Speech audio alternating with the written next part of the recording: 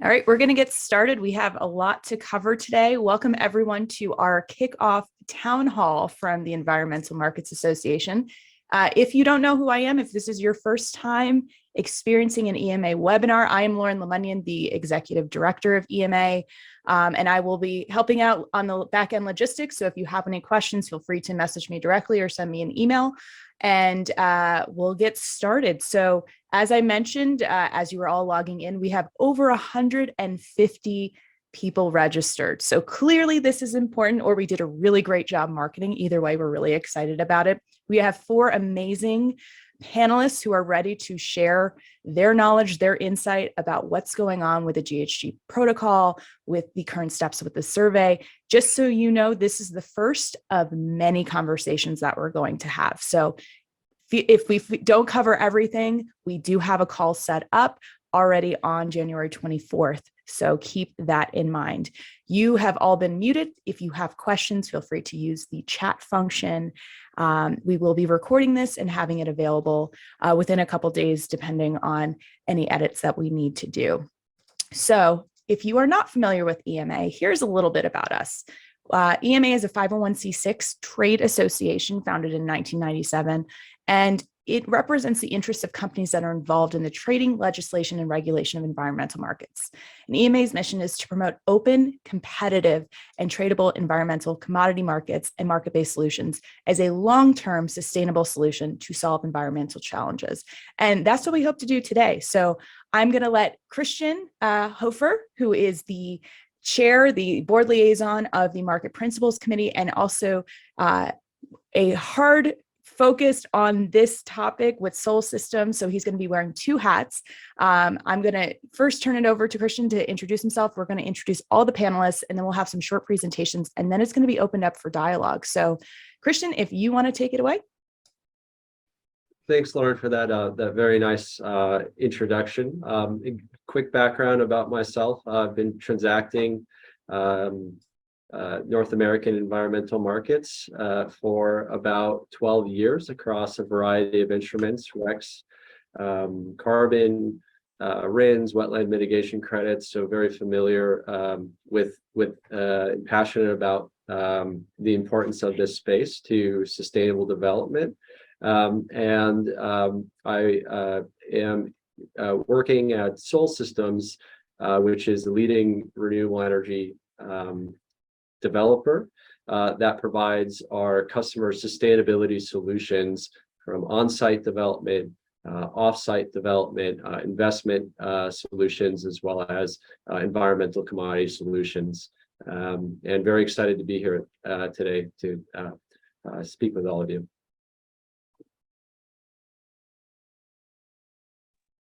Doug, do you want to introduce yourself? Sure. Hey, everyone. Doug Miller, Deputy Director of the Clean Energy Buyers Institute, based in Washington, D.C. And for those who don't know CEBI is a 501c3 research nonprofit focused on tackling the biggest issues in clean energy markets and policymaking. CEBI works in alliance with another organization called the Clean Energy Buyers Association, which is an industry association with members that include some of the largest clean energy customers, solution providers, and more. And together, the two organizations work in alliance to essentially unlock markets, catalyze customers to engage in these markets, and facilitate and drive decarbonization for all. And looking forward to the discussion today. So I'll jump in. I'm Braslawsky with the IREC Standard Foundation based in the Netherlands. I think it's really exciting to be here today. And one of the real reasons is that I hope that we can kind of broaden the discussion a little bit outside of the kind of US focus. The organizers of the review are based in the US, based in North America, but these markets are much larger than just the US and just Canada, than just North America. And with the IREC standard, we, of course, operate in markets outside of the US and Europe. I'll show that in just a small presentation, working together with governments, grid operators, project developers, market players around the world outside of the US and Europe. We were founded in 2013, but started operations in 2016 after quite a lot of discussion about how to implement these systems around the world. And we've got quite a good insight and experience as to how these markets operate in various jurisdictions. But the next presenter after me is Katrien, also based in Europe. And Katrien, of course, also has great insights about how this works within the European structure, within the European regulatory framework. So Katrien, I'll give the floor to you. Thank you, Jared. I'm Katrien Verwimp. I work for the Association of Issuing Bodies. I help them with strategic issues on the development of the European Energy Certificate System, which is a voluntary standard in Europe. And we are an association of the governmentally appointed issuing bodies that operate the guarantee of origin system in Europe. We can say a bit more of that later. I build on 20 years of experience, first of all with a regulator where we operated both the compliance certificate system and voluntary disclosure certificate system in relation with EU requirements. And now, since a few years, I dedicate a lot of my time to AIB. Looking forward to the discussions today. Thanks very much, everyone. Very excited to have you all on the presentation. It's been a long time since we've convened a group of experts that truly represent a global perspective in our markets.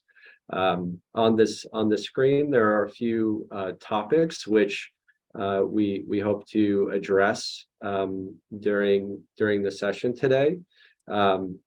And we'll be talking a lot about voluntary REC markets today, their status and trends, what makes them tick, and really the purpose of this town hall, how they are threatened. I'm sure many of you have been aware of the recent media campaign that has been attacking REC purchases. These media campaigns are nothing new. They come in waves.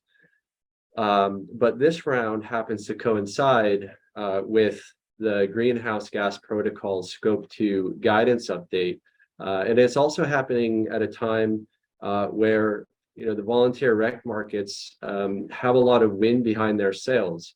Transaction volumes are much higher, prices are higher, and there's a lot of new participants, both on the buy side and the sell side, that are getting involved in these markets. So wherever you're located, it's a very exciting time in the markets.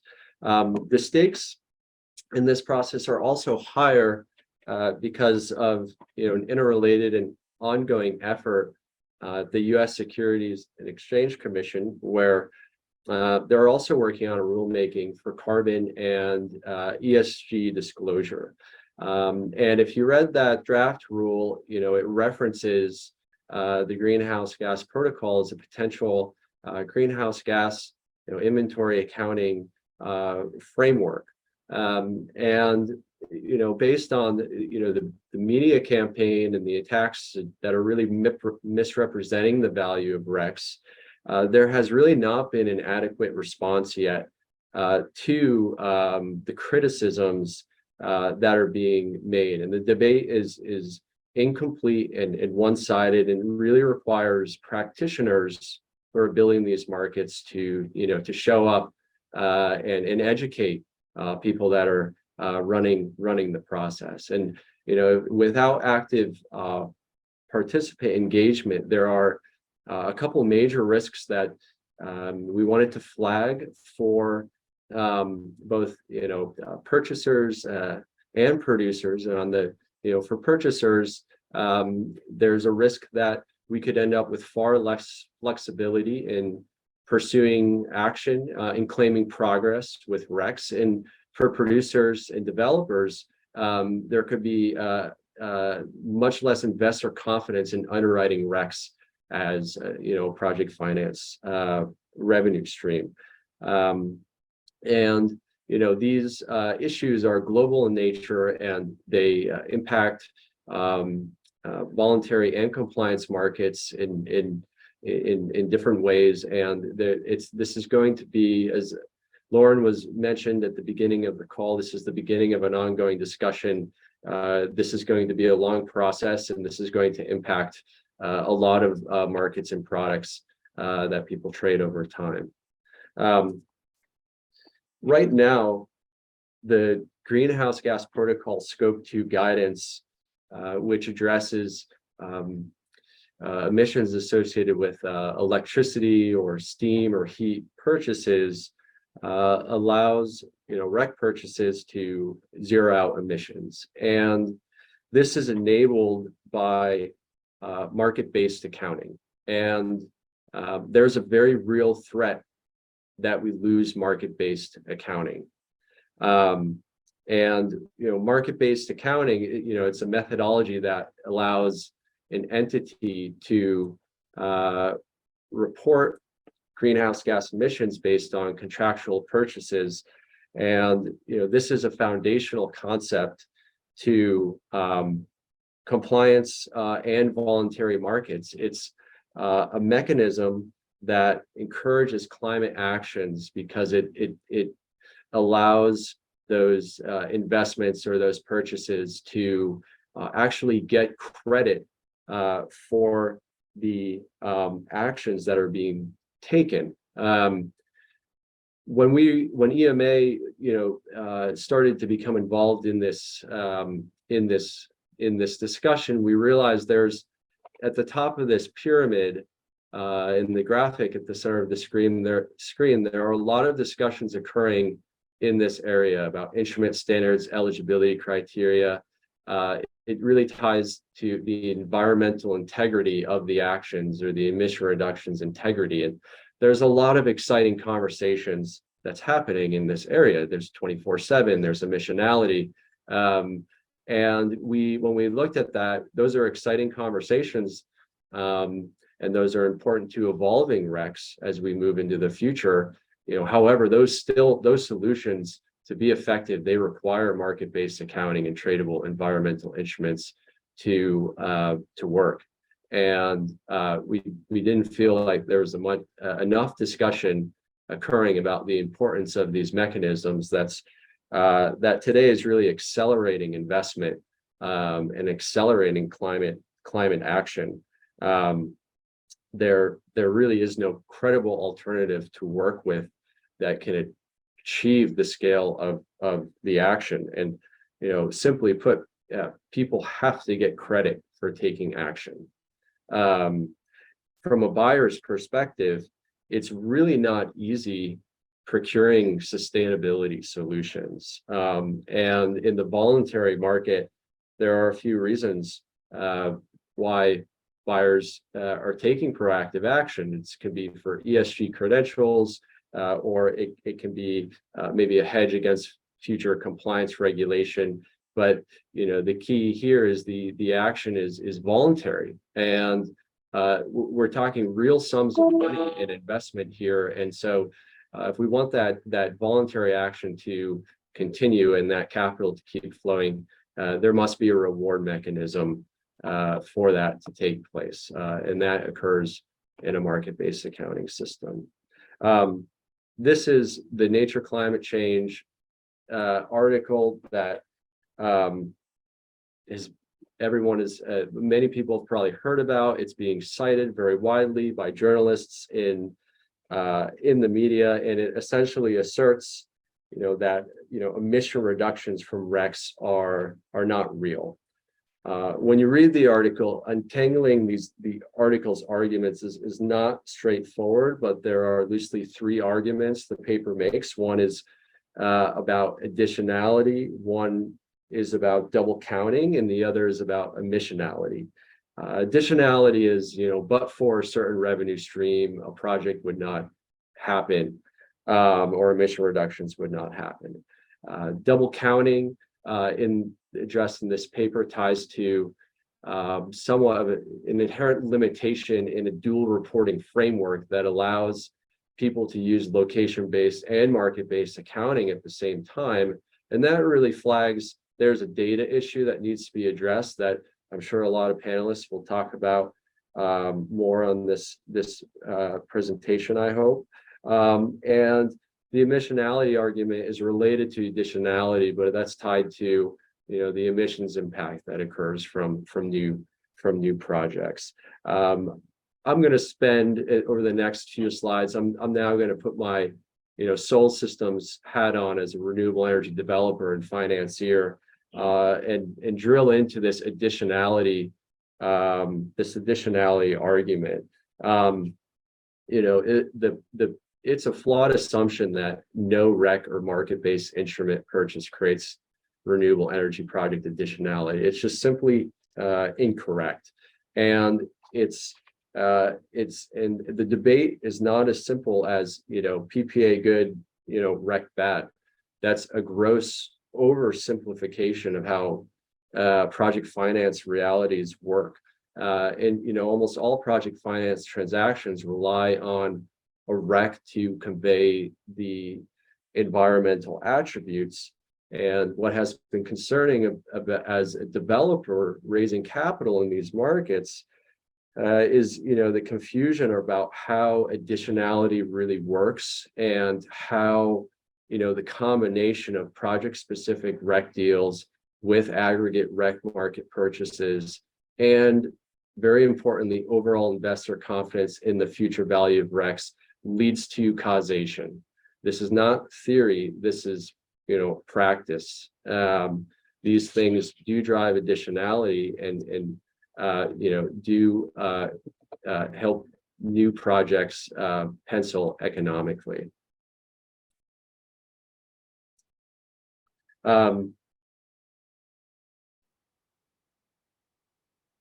Talking about the mechanics of how REC financing works under a market-based accounting system with tradable instruments. This example is meant to illustrate, say we have a new project. That project needs to value REC revenues in the future. And those REC revenues can really be contracted or uncontracted, and the market will say that's hedged or merchant REC revenues. And this ties to investment in renewables through an equity sponsor's return on investment, or a lender's repayment of principal and interest. So RECs are a critical part of project finance today. And the ability to do this type of underwriting is because we have a standardized REC that represents 1 megawatt-hour of clean energy. And the confidence that has been built around that construct, knowing having that REC instrument available, plus being able to assign a value from the voluntary market, enables the underwriting process to work and to then transact in the spot and forward market to get these transactions complete. The value of a REC in the future, and what that will be, that question is essential to investor confidence. Long-dated infrastructure is underwritten from 25 to 50-year tenors in certain circumstances, and there's always a question: will the REC be there? The less that we can make a leap of faith about whether or not that instrument will exist, the more additionality we're going to see. And it's not a guarantee of price. It's being able to be comfortable or certain that the value is at least not zero. And so we're at a very important moment where in these markets, there has been a lot of confidence built up, particularly in the last 5 to 10 years, to be able to value RECs. If you look at the voluntary REC pricing chart at the bottom right, from the 2015 Scope 2 amendment to when Biden administration was elected. During this time frame, you saw a lot more people get more comfortable with REC markets and how that connects to achieving sustainability targets. And then after the election, you had this future expectation that there regulatory action or more action is going to be required. And so it's been a very dynamic time in voluntary REC markets. Prices have appreciated significantly, which is material to revenue streams for projects. And now there has been some volatility, and certainly this greenhouse gas protocol process is going to create some investor uncertainty and some volatility in these markets, which is not helping and is somewhat of an oxymoron that we're probably going to see. We could see near-term, climate action lessen instead of accelerate as we work through this process, and people, wonder, it's market-based accounting and voluntary REC markets still going to be an avenue for procurement. That said, when it comes to the greenhouse gas protocol itself, as we mentioned before, there really needs to be more evidence from producers and developers and reporters and purchasers about how these REC transactions work in practice. They're not straightforward. Sol Systems is going to be publishing in public domain some case studies for projects we've worked on. Some summarized here represent project financings in excess of $300 million that would not have happened without being able to access and underwrite voluntary REC markets. So we can't emphasize enough that this is not theory, this is practice, and this is really driving climate investment in action. And the articles, the Nature Climate Change Papers articles that say no REC contributes to additionality is just false, and it's really based on outdated literature, and it's based on an outdated earlier version of markets. We're in a very different reality now, and it's very important to protect these markets. So I'm going to round out just with a couple more points and pass it on to Doug to introduce some of the work he has been working on. Just as far as some things that make me nervous about the process that we're entering is the challenge of there's been incredible institutional capacity building up to this point, and I'm sure there are people on this call that have been part of building these markets. It's taken a lot of work to get to this point, to get capital markets comfortable underwriting RECs, and to have so much engagement between the producer and the buyer community. It's very exciting. And what I think is a big challenge is the solutions that we move towards have to bridge these worlds of how investment works and project finance works, and the ability of to confidently value RECs. And buyers need confidence that the public recognizes their REC purchases for ESG progress, and both of these needs need to be solved so that we continue to accelerate investment in climate action. And when it comes to the risks, obviously, I think the risks are hopefully obvious on the producer or the investment side of if we can't value RECs.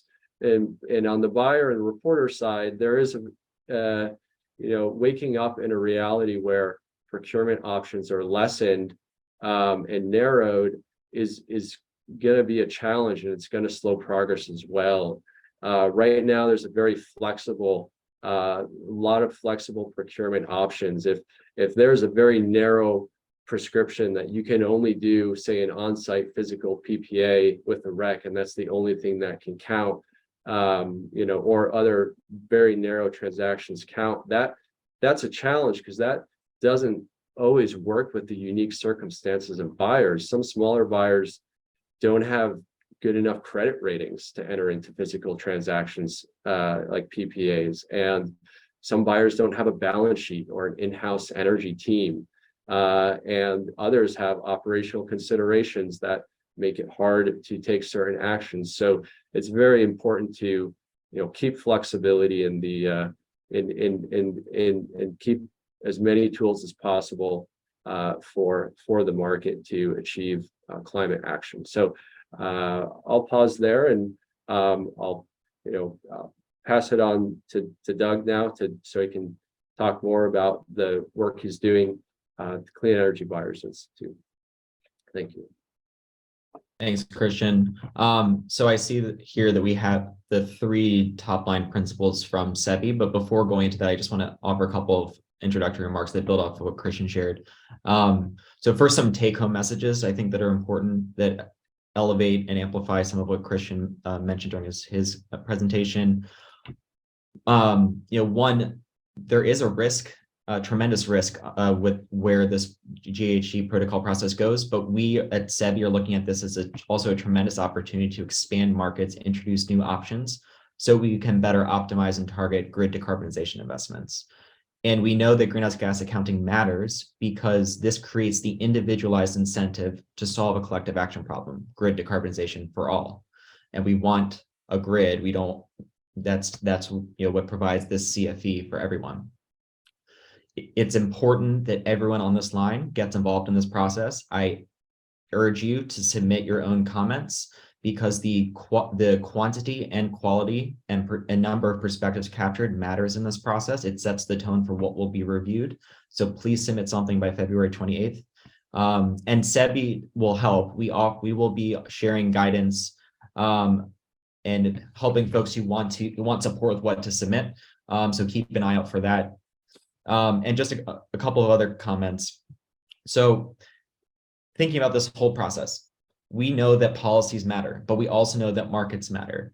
And markets matter and are moving because energy customers are taking voluntary action to procure carbon-free electricity. Case in point, over 37% of clean energy capacity additions in the United States came from commercial and industrial customers. Every year now, there's over 1 billion energy attribute certificates sold. So this is a multi-billion-dollar industry that drives investments. This whole system works because there's a way for customers to make a transaction. There's a literal thing they can buy, and this thing is an energy attribute certificate, of course, as Christian mentioned, delivered through multiple vehicles, bundled and unbundled contracts, but they provide that evidence-based instrument that customers need to prove they did something supporting their sustainability goals and their clean energy procurement goals. And so in terms of how CEBI is thinking about this opportunity and risk, insofar as investment is essential for decarbonizing the grid, we need voluntary markets. And it's imperative that we both preserve market-based accounting, but enhance greenhouse gas accounting overall, because we don't want to remove this incentive for voluntary individual action. And I think when we reflecting on some of the conversations underway, all the intentions are in good places. Everybody wants to decarbonize the grid and have different theories about how to get there. But I think it's imperative that this group communicates more effectively how voluntary markets are having an impact on investment. And so we at CEBI are proposing very specific enhancements to the greenhouse gas protocol that essentially, basically with the slide that's now up, we think will enable a broader set of procurement options that both continue to expand the pool of potential customers. We want to keep bringing more and more customers into the market, procuring any type of CFE that they can procure, depending on their capacity, their resources, et cetera. At the same time, we want to enable new options that allow for customers to go even further with their procurement. What I mean by that is, let's enable customers to procure CFE at the most carbon intensive times and places. For those who want to match on an hourly basis with their load. For those who want to decarbonize their value chains, either their upstream suppliers or downstream customers. To capture other considerations like social and community credentials, etc.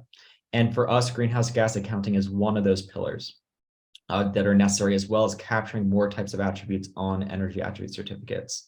And as we think about our recommendations to the Greenhouse Gas Protocol, Chris, if we go back to the previous slide for a second, the 3 principles are kind of documented here, and essentially the theme of all of our recommendations to the Greenhouse Gas Protocol are that all updates to the protocol should help expand markets and expand opportunities for customers to engage in these markets. That updates should encourage ambition, but also recognize the reality that all of this action is voluntary and customers have great diversity in terms of what they're capable of doing. And that we need to continue to enhance momentum in the space, not undermine it or stall it or create a chilling effect. We can go ahead. Was there another one after this? Okay, so we can go back. Sorry, last comment, then I'll hand it over. The several recommendations we'll be making include 4 top-line pieces. Essentially that, 1, there are some incremental improvements and clarifications to the Greenhouse Gas Protocol in terms of, for example, categorizing all carbon-free electricity resources and complementary resources and making it clear how to account for those, to clarify how to account for granular certificates, which are hourly EACs. We see them as another category of EACs, and of course, more granular, and that it should sit within that same portion of the emission factor hierarchy. We think there needs to be clarification around how to account for emerging clean tech like clean hydrogen and linking it up with clean electricity resources. Our second recommendation will cover that we think there probably should be a 3rd number that focuses on when a customer procures CFE in a more carbon intensive time or place, because we think that's an important market signal. We need more, for example, in California, we don't necessarily need more solar. We need more CFE at other times of day. How do we create an incentive within accounting to enable that? And we have some details that I can share at a later time. We think that the 3rd recommendation is that we think we should extend EACs to cover the electricity-based portions of value chains. For companies that have disproportionately high scope 3, let's let them cover their electricity-based impacts with EACs if they so choose to do that. And then lastly, just our 4th recommendation is less content-based. It's more about the process. This process, the actual thing we're doing here today, is not the best way to drive change in a market. This is a tax on our time, and it's keeping us from actually decarbonizing the grid.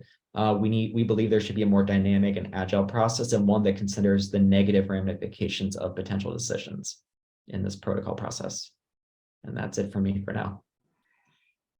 Thanks, Doug. I'll jump in quickly from here. So I'm just going to share a really quick presentation. I won't take a lot of time to make sure that Katrien has sufficient.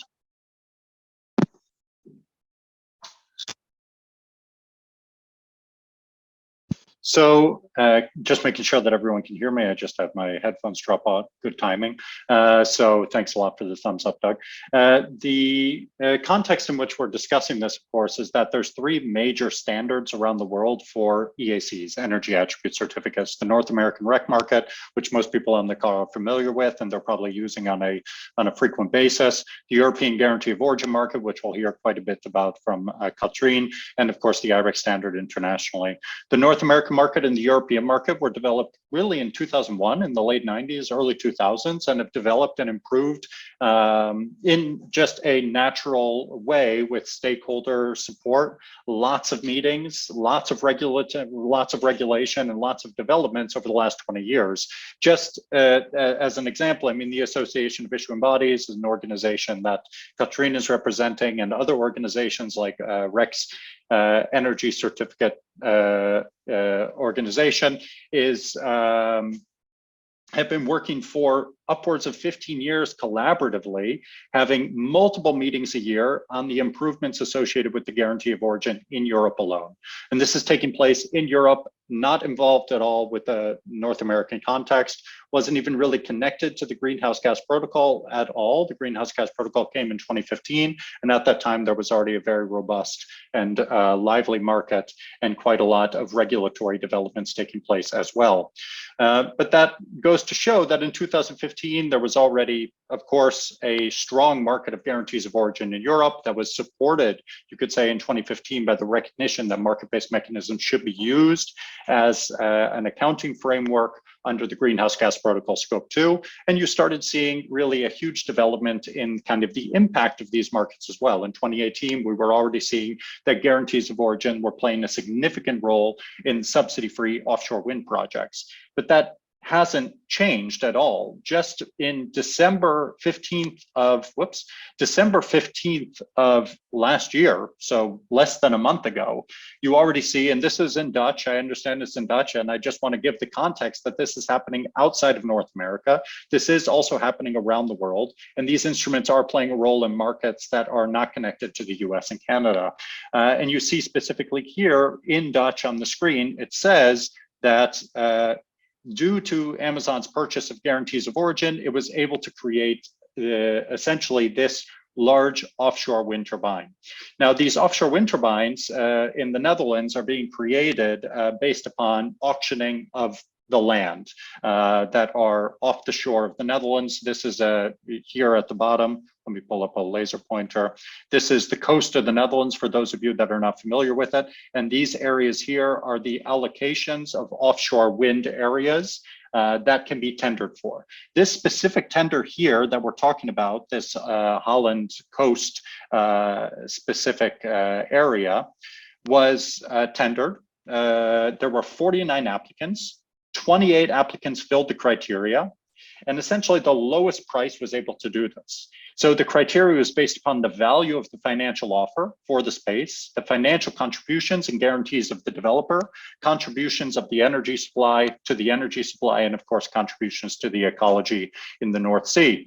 And we see here that Eneco, who won the tender, together with a number of partners, said that they say here in Dutch, because the government subsidies for wind parks on sea are no longer available, we offer power purchase agreements the possibility to allow us to build.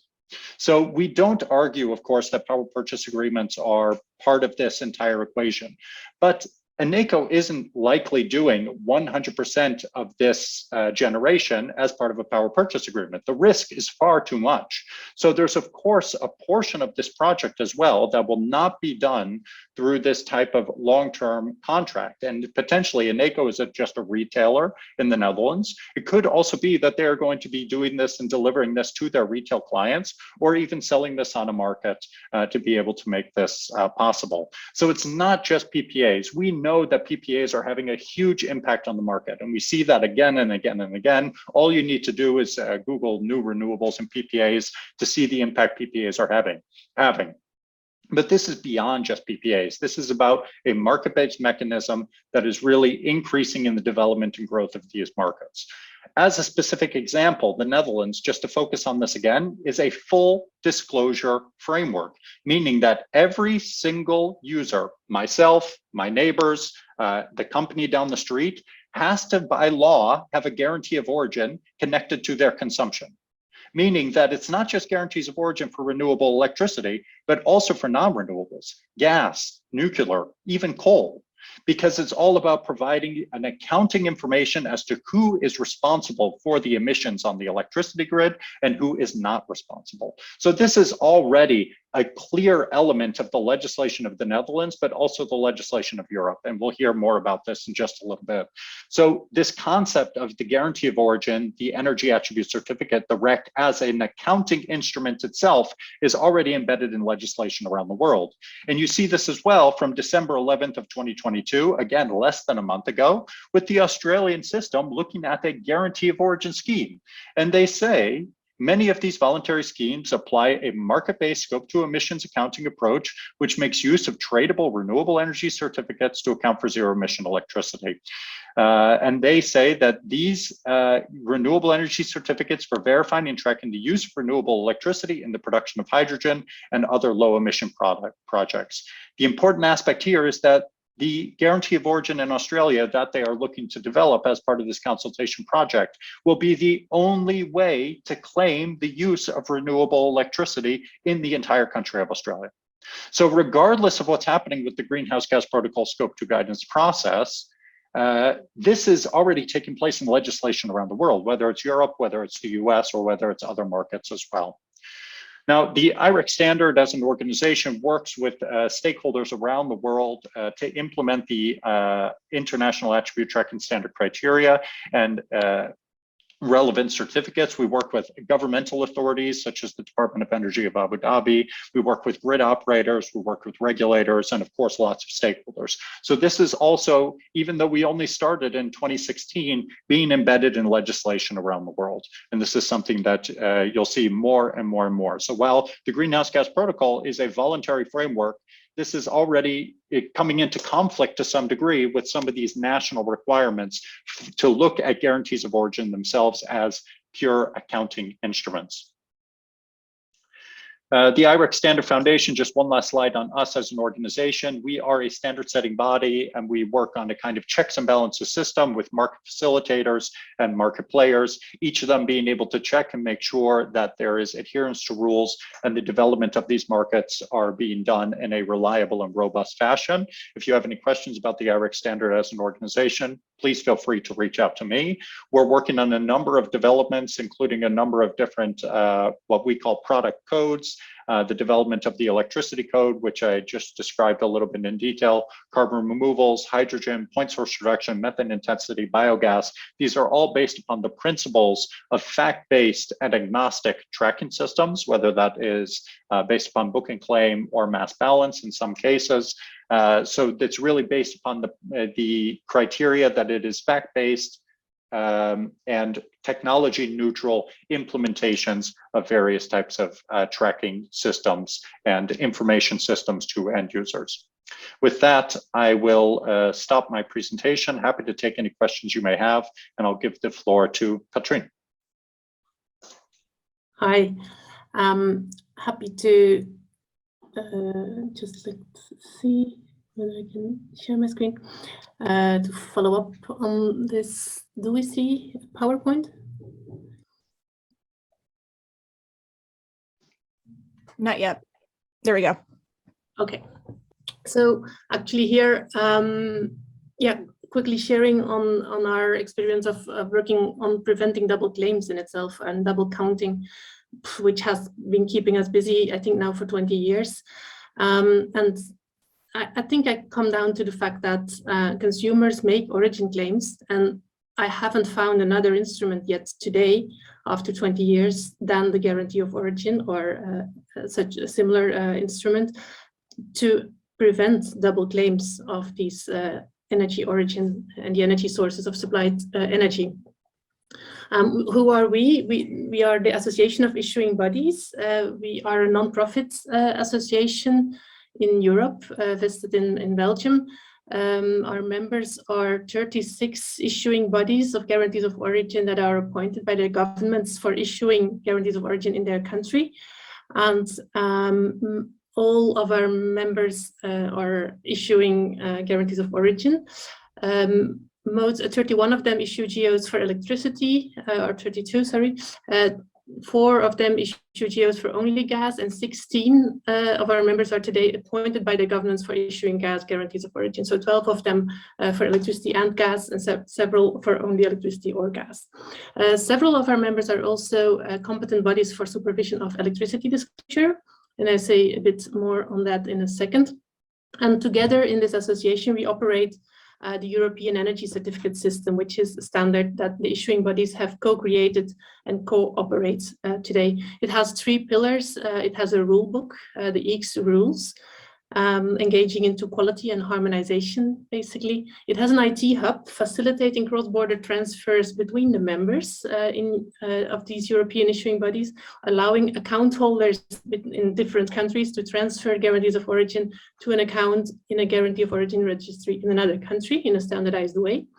And peer reviews and audits to make sure that the issuing bodies can trust each other's certificates, their quality, their reliability, and make an efficient transfer possible. Now about this double claim prevention and claims in itself in Europe, we have been working a lot, I think 1 decade in the beginning, to prevent double counting within the certificate system, double issuing, double transfer, double cancellation. They are, let's say, adequately prevented by just proper system functioning. But double claiming is always an issue. And there we are happy to rely on European legislation that says how claims are to be made, at least by regulated electricity suppliers. So if electricity, it's a commodity, you inject electricity into the grid as a producer, people have supplier roles, grid operator roles, but in the end, a consumer takes off electricity from the grid. Making a claim on this electricity can be done with the cancellation of a guarantee of origin that has been issued to a producer, may have been transferred to intermediaries, and in the end gets cancelled for consumption of electricity. And this is this concept of guarantees of origin is embedded into European legislation, hence implemented into member state legislation. And it has a flip side of the coin, which is an important backbone, basically, namely on the how are consumers sure that what they get is what it is promised to be. On the invoice of electricity, suppliers have to mention the origin of the energy source, and that follows from also European legislation. That is already the case for electricity since 2001. It is now in draft for gas as well. So gas disclosure is on its way. And it's very important to make sure that double claims are prevented, that there is a clear instrument. And that is what these EU directives do. They say renewable energy, electricity and gas can only be claimed to consumers by suppliers by cancelling guarantees of origin. Well, if you do this, but at the same time have another accounting methodology based on location that allows the renewable attributes to be recognized for some other way, you build in double counting of these same attributes. So in that sense, it's important to have a harmonized instrument, a consistent instrument for consumer claims. And that is, I think, an important aspect when we look at the Greenhouse Gas Protocol in relation with origin disclosure instruments that are embedded into legislation. There where we see criticisms in the system, we tend to use them as opportunities for evolution, and that is what we in AIB have always felt empowered to do so by having this standard that the issuing bodies jointly upgrade by their joint consensus decisions. And that is what the BF also continued to do also last year again, adding data fields on the certificates that are being transferred internationally. So how does an e-certificate look? It's an electronic document with data fields on it that simply facilitate information to be conveyed between the producer and the consumer. And wherever we feel that there is a real substantial need for adding data on this, instrument, on the guarantee of origin, we can add that. That's a matter of certificate system design. So we'd rather call for strengthening the system further, if there would be criticism, to build further on this building block rather than abort it. That is, I think, my main message. I would like to keep open the dialogue and strengthen energy tracking together with all the stakeholders. Thanks. Thanks, Katrien. If you can unshare your screen, great. Christian, did you want to take on the questions from participants or include that in the? Yeah, I think those are great presentations. Thank you. And I think that was a very important message at the end about, the importance of, REC attribute tagging and evolving the data that we assign with these RECs or guarantees of origins. Some of the, the challenges we're dealing with, and I've seen some questions coming in, kind of starting to talk about some of the opponents' challenges, come back to fundamental. We're missing data that we need to report complete pictures, and so I think a lot of participants would really like to see the markets evolve with the current framework and tag more data rather than aborting the system we're working with, as Katrien was saying. So it's rec tagging and assigning more attributes is very important, and can be a part of the solution, but that is going to be a long haul, even just to get residual mixed data into electricity jurisdictions around the world to complete market-based accounting. That is a big investment that takes time, and if the industry is going to make that investment, we really need to ensure there's a framework that really what is this all about? This is really about climate progress and climate action, and we really need to ensure that it really is about that, and that it really is about facilitating investments. Christian, could I also just jump on the back of that as well? Please, Jared. Because one specific aspect that I think Katrien made, and Christian, you're making as well, is that there is no alternative. And I agree that currently there is no alternative to this. If you look at the European guarantee of origin market, since especially the last number of years, but definitely in the last 2 years, you're talking about 10 euros per megawatt hour for a guarantee of origin in Europe. Those are the prices for unbundled, what they call unbundled. I don't necessarily care for that term for a number of different reasons, but those are the prices we're talking about now. The prices have come down quite a bit, but you're still talking about 6 euros a megawatt hour. And Katrien, I think you would correct me if I'm wrong, but I think there were 850 million certificates that were issued last year within Europe. So this is a huge, huge market mechanism of significant value. So I'm not saying that there's no alternative, but there's no alternative that's there tomorrow. This has been developed over 20 years of deliberation, lots of consultation, lots of support of stakeholders. So to say we're going to throw this out for some untested model, I think is very, very challenging, especially at this stage that we see so many developments. We oftentimes come to these conversations trying to defend this market-based mechanism, where I think oftentimes we should flip the coin around and talk about what the alternatives are. And the alternatives are all very, very poor. The location-based accounting, I think, has a number of different challenges. The biggest challenge, of course, is there's this, lack of ability to have agency as an individual procurement entity. You're not able to make choices for yourself. You're really kind of fit into the structure that you're in.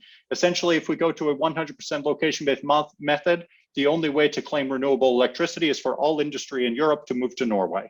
And of course, that's going to get quickly overrun very, very quickly. But there's the same criticisms that are made on market-based mechanisms can be made on other mechanisms as well. It's the only problem is that we're not talking about those other mechanisms because they've never proven success. And the market-based mechanism has proven success over time.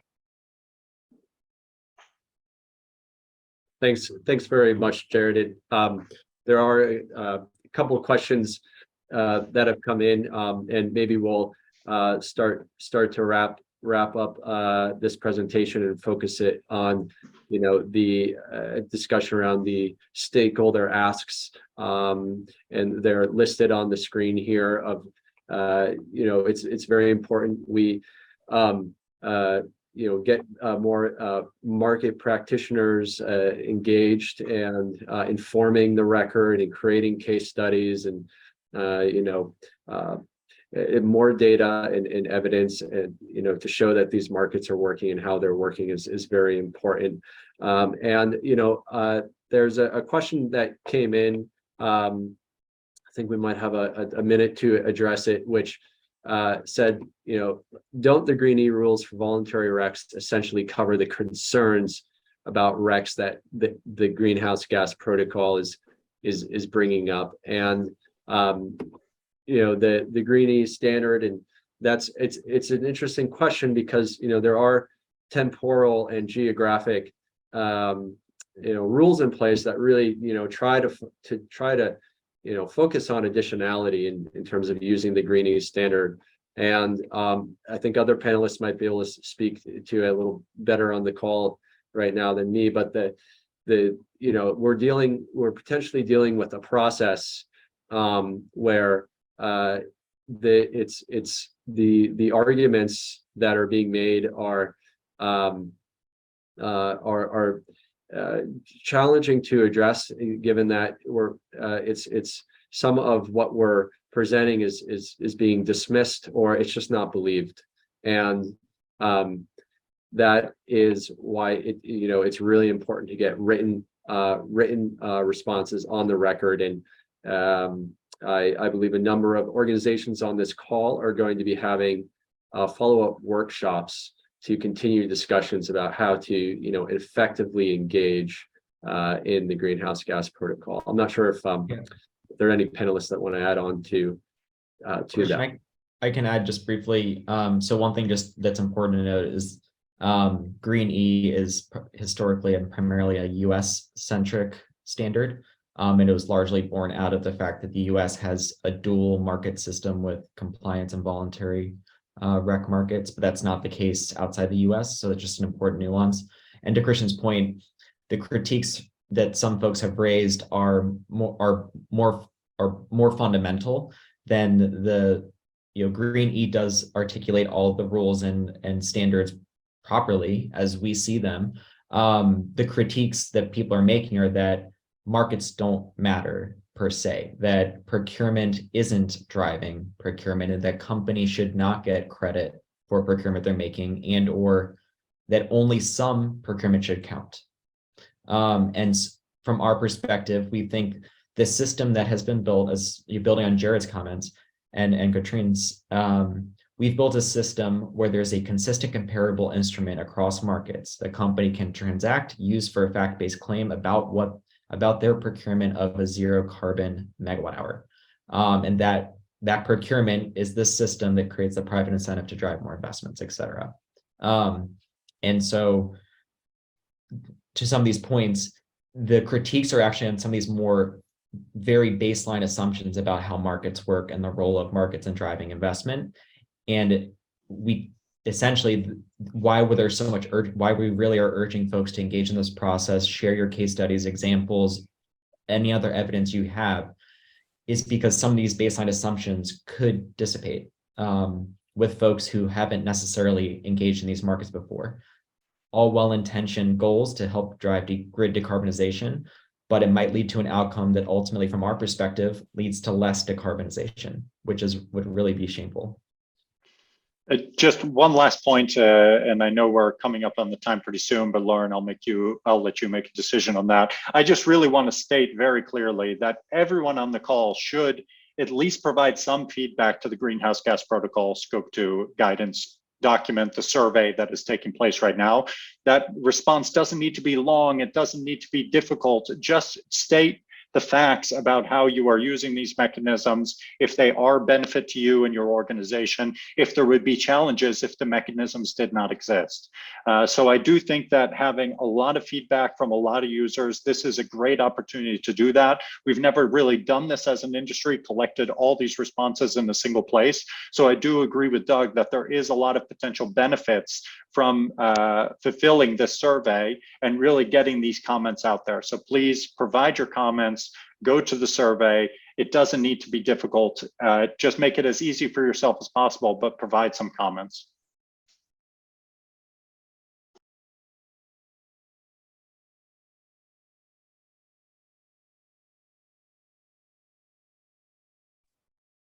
Did you want me to wrap it up, Christian, or? All right. So as we mentioned at the top of the hour when we got started, that this is the first of many conversations. If you go to enviromarkets.org, we have a call set up on January 24th at 10 a.m., I believe Eastern. So you can sign up for that. It is an EMA working group. So if you're looking for how to approach this, what the messaging is, what are the elements of the case study if you want to go that route. But I hope that this drove home the point that we all need to be involved, that we all need to not sit back and hope that someone else takes the reins and gets the work done, but that if this is important to you, that you speak up. We also have a State of the Markets webinar on January 31st, excuse me. We are moving that time because I know PJM has their call at the same time. So we're going an hour later at 4 p.m. We'll be making that change. If you have any comments, if you want to be involved in this, everyone's contact information is listed here. Again, we will be recording this. We have recorded it and we'll be making the recording available. Please send this along to whoever you think needs to hear it. It will be posted in a public forum so that people have access to it, along with the materials that were posted here and the slides. So thank you so much to all of our panelists for coming together. I know that we organized this over the holidays. Christian, thanks for leading the conversation, and Doug for connecting us with Jared and Katrien. And until next time, let's keep doing good work and speaking up. Thanks, everyone. Thank you, everyone.